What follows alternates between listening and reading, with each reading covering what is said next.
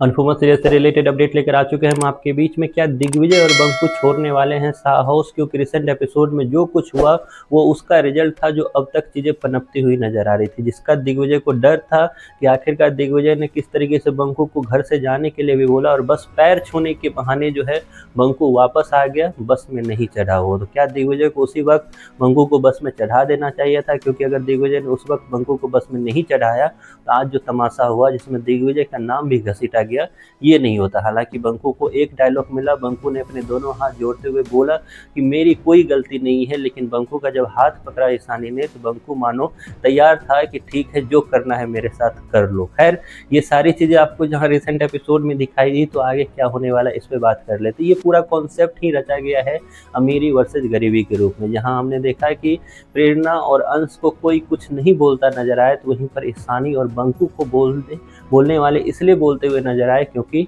नौकर नौकर नौकर नौकर ना जाने कितनी बार पाखी ने सेम चीज रिपीट की। और पहली बार फिर से हमें नजर आया कि इस तरीके से अनुपमा को ही बस हक है किसी को बोलने का। दिग्विजय जैसे बोलना स्टार्ट किया, दिग्विजय को शांत कराते हुए नजर आई। क्या अनुपमा ने ऐसी गलती इससे पहले नहीं की है? अनुपमा क्या किसी चीज के कंफ्यूजन का शिकार नहीं रही है? क्या अनुपमा ने कई बातों को दबा कर नहीं रखा है इस उम्मीद से कि अभी वक्त नहीं है, टाइम आने पे बताऊंगी? लेकिन अनुपमा के सामने जब कोई ऐसे करता है तो अनुपमा ऐसे बिहेव करती है मानो अभी उसकी सजा जो है वो दे देगी। खैर ये सारी चीज़ें जहां आपको रिसेंट एपिसोड में नजर आई, तो इसका परिणाम अब क्या होने वाला है? क्या दिग्विजय जो और बंकु जो है वो शाह हाउस छोड़ने वाले हैं? जी हाँ, पॉइंट तो यही रखा जाएगा अनुपमा के सामने, क्योंकि अनुपमा अब मिलेगी जब दिग्विजय से और बंकु से कैफे में जाकर, तो वहाँ सबसे पहले बात यही रखी जाएगी कि हम आप लोगों का परिवार खराब नहीं करना चाहते हैं, मेरे से गलती होगी, आप मुझे समझो कि मैं आपको बताना चाहता था लेकिन आप क्योंकि इतनी बिजी थी, कभी इस सामने वाले कैफ़े में के राही गलती कर देती थी, उसके बाद तमाशा हो गया, उसके बाद ये हो गया, उसके बाद वो हो गया,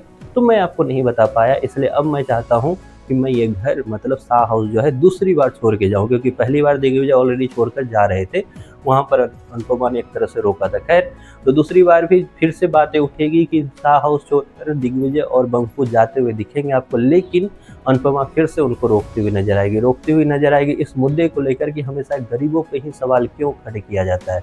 हालांकि बंकु का साइड तो अनुपमा ने नहीं लिया। खैर यहाँ पे अनुपमा बोलती हुई नजर आएगी कि हमेशा गरीबों का तरफ ही अत्याचार क्यों होते हैं, गरीबों को हमेशा ही छोटा क्यों समझा जाता है, मैंने भी गरीबी झेली है, ये झेला है, वो झेला है, तमाम तरीके की चीज़ें जो है वो बोलती नजर आएगी जहाँ अनुपमा। तो वहीं पर दिग्विजय भी एक तरह से मन ही मन खुश होता नजर आएगा, मतलब मैं यहाँ से नहीं जा रहा हूँ। खैर दोनों प्लान ये करते नजर आएंगे कि बंकु और ईशानी की शादी करानी है, क्योंकि दोनों मैच्योर है, इनफ है, और दोनों एक दूसरे के साथ अगर खुश हैं तो इससे बड़ी खुशी और हो नहीं सकती, और इससे ज़्यादा मेकर्स को भी खुशी नहीं मिल सकती, क्योंकि जल्द ही फंक्शन होगा तभी तो तमाशा होगा। और एक नहीं दो शादी अगर होने वाली है तो दोनों शादी का समझिए कि कितने बड़े इंटरटेनमेंट की पैकेज आप लोग को मिलने वाला है। तो कितना है पैकेज आगे जाकर ये तो टाइम आकर बताएंगे हम लोग, लेकिन फिलहाल आपकी सोच क्या है इस ईशानी और बंकु को लेकर, जो पूरे एपिसोड में एक तरह से लाइमलाइट खाकर चले गए?